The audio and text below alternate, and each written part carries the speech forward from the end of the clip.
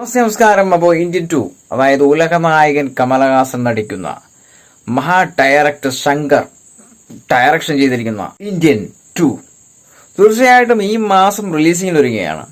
അതിലാകെയുള്ളൊരു കുറവ് എന്ന് പറയാനുള്ളത് ഞാൻ പറഞ്ഞതല്ല, പ്രേക്ഷകരും പിന്നെ ഞാനും.